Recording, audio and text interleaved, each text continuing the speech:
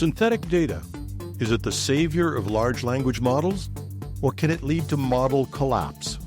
Could OpenAI go bankrupt? And OpenAI enters the search market, which leads to a big dip in Google's stock price. All this and more on the Take the Money and Run edition of #Trending. I'm your host, Jim Love. Let's get into it. Synthetic data, or data created by AI, has been touted as the solution to what, outside of energy consumption, may be the biggest problem facing companies developing large language models. These models need ever-increasing amounts of data, which is putting them in conflict with publishers, authors, creators, and other copyright owners.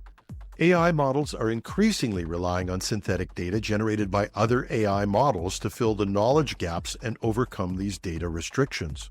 Sam Altman made reference to this idea of synthetic data being the solution to this key issue in a speech months ago. And it has had some successes. In some circumstances, the idea of a model creating its own data has worked amazingly well. Google and OpenAI have both achieved breakthroughs in mathematical and logical functioning of their models using a technique where the model plays against itself and generates a huge amount of potential scenarios. This is what Google used to train its AI to beat world champions at the strategy game Go. But despite these successes, the idea of synthetic data has hit some speed bumps. Researchers from the University of Oxford have found that training AI models exclusively on synthetic data can lead to model collapse, where the AI eventually produces incoherent or irrelevant responses. Researchers are working actively to see if these challenges can be overcome, with some success. Cohere for AI reported a 40% reduction in toxic responses from a model using targeted sampling of AI-generated data. Other researchers have used curated synthetic data to improve fairness in AI models. Sarah Hooker from Cohere for AI suggests that using data from multiple specialized teacher models could help avoid collapse and potentially achieve better results with smaller models. The key question remains: can synthetic data truly represent the breadth of human experience, and can it surpass the capabilities of the best current models? Vyas Sekar, a professor at Carnegie Mellon University, summarizes the situation by saying, AI-generated data is an amazingly useful technology, but if you use it indiscriminately, it's going to run into problems. If used well, it can lead to good outcomes.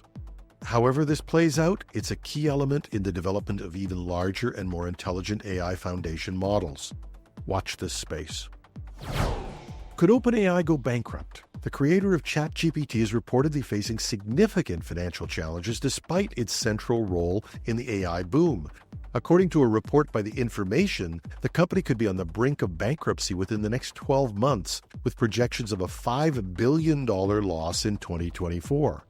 Why? The startup's expenses are staggering, with $7 billion spent on training AI models and $1.5 billion on staffing. Daily operational costs for ChatGPT alone reach $700,000 US. These expenditures far outpace OpenAI's estimated annual revenue of $3.5 to $4.5 billion derived from ChatGPT and large language model access fees. Despite raising over $11 billion through 7 funding rounds and being valued at over $80 billion, OpenAI is struggling to cover its operational costs. The company is reportedly running near total capacity, with 290,000 of its 350,000 servers dedicated to ChatGPT. And don't forget, the U.S. government is coming back to them, wondering about that promise to dedicate 20% of their server resources to safety in AI. CEO Sam Altman remains focused on achieving artificial general intelligence, but the company's financial sustainability is definitely in question. This situation highlights the enormous costs associated with developing cutting-edge AI technology and the challenges of turning those innovations into profitable ventures.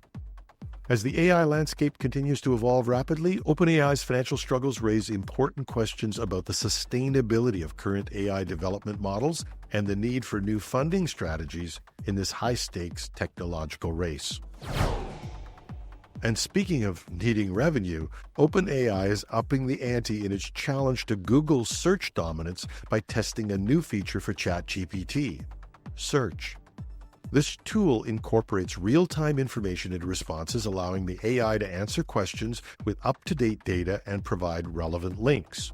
Currently available to a limited number of U.S. users, this feature is expected to be integrated into the main ChatGPT in the near future. OpenAI said this enhancement will make finding information faster and easier by allowing follow-up questions and reducing the need for multiple search attempts. The move signals a potential shift in the search engine landscape, with AI chatbots increasingly seen as the future of online queries. This development has already impacted Alphabet, the parent of Google's stock, which dipped nearly 3% following the announcement. OpenAI is also attempting to address concern from publishers about the impact on their traffic and revenue. It may also have a big impact on sites that use content as a means of drawing in potential customers. If you can get a full summary via AI, why visit the site unless it's to validate the response? OpenAI's response was somewhat predictable. They stated that we are committed to a thriving ecosystem of publishers and creators, and that they are working with media outlets like The Atlantic and News Corp on this new search feature. The expansion of AI into search raises environmental concerns due to high energy consumption. It also faces legal challenges, with OpenAI previously sued for allegedly using copyrighted content to train its systems. But there's yet another warning light that might have been missed. OpenAI is not the first entrant into the AI search industry. Perplexity.ai has been around for months now, and that's decades in the AI world. And it's built a large and loyal following for its AI search. But here's the tough part.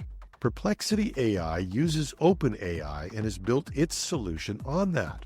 Now, OpenAI enters the field, and what does this mean for Perplexity?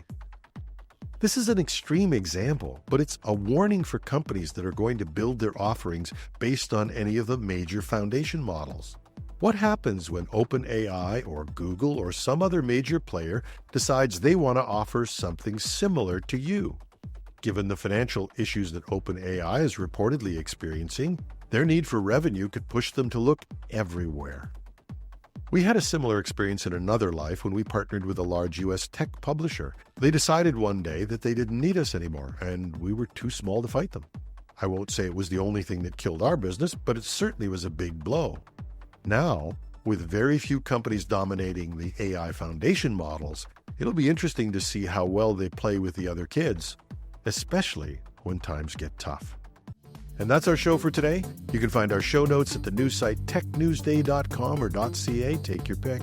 Hashtag Trending is on summer hours, but we'll probably stick with our 4-show-a-week format until Labor Day, and our weekend edition will continue to be released earlier on Friday. You can still find us on YouTube, and if you do, please subscribe or give us a like. Thanks for listening. I'm your host, Jim Love.